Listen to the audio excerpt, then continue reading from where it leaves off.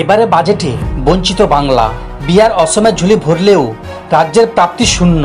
Record breaking টানা সপ্তমবারের জন্য budget পেশ করলেন কেন্দ্রীয় অর্থমন্ত্রী নির্মলা সীতারামন। মঙ্গলবার সংসদে দাঁড়িয়ে একাধিক গুরুত্বপূর্ণ ঘোষণা করেন তিনি। উন্নয়ন থেকে শুরু করে নয়া আয়কর কাঠামো, শিক্ষাঋণ থেকে শুরু করে ইন্টার্নশিপ, নানান বিষয় নিয়ে ঘোষণা করেন বাজেট। ঝুলি ভরল অসম, বিহার, অন্ধ্রপ্রদেশের। তবে তাৎপর্যপূর্ণভাবে এবারও খালি হাতে ফিরল পশ্চিমবঙ্গ। এদিন বাজেট পেশের সময় কেন্দ্রীয় অর্থমন্ত্রী পূর্ব ভারতের বিকাশ নিয়ে নজর দেওয়ার কথা বলেন।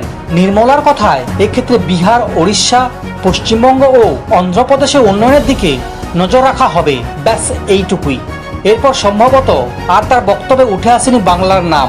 বিহার, অসম, অন্ধ্রপ্রদেশের ঝুলি ভরলেও কপাল খুলল না বাংলার। প্রায় প্রত্যেক বছর বন্যা পরিস্থিতির কারণে বিহার, অসমের সঙ্গেই সমস্যার সম্মুখীন হতে হয় পশ্চিমবঙ্গকে।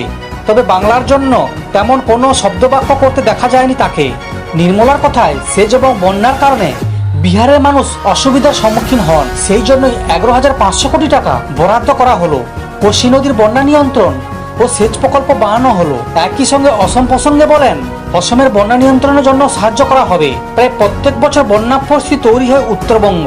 বাংলার ঘাটাল অথবা উত্তরবঙ্গ নিয়ে এবারে বাজেটে কোনো প্রকল্প বরাদ্দ পেল না।